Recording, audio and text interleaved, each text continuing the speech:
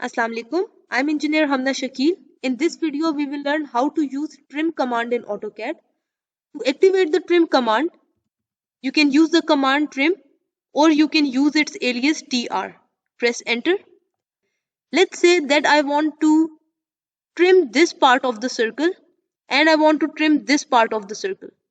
So for that, I will have to select both these circles that I want to trim and I will have to select these arcs with respect to which you want to trim your object. Press enter. AutoCAD is asking you to specify the parts that you want to trim.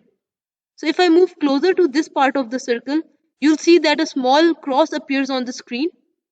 Click on the screen and you'll see that AutoCAD has trimmed that part of the circle with respect to these arcs. Similarly, I want to remove this part of the circle. So hover over that part of the circle and click on the screen. To get out of the trim command, you can press escape. Let's try the same thing for this triangle here. You can activate the trim command from this trim icon in the modify panel. Select the objects that you want to trim and select the objects with respect to which you want to trim your objects. Let's say I want to get rid of this extra extension and this extra extension here. So I'll select these two lines. I'll press enter. And to trim this part, I'll hover over this part and click on the screen. And to trim this part, I will hover over here and click.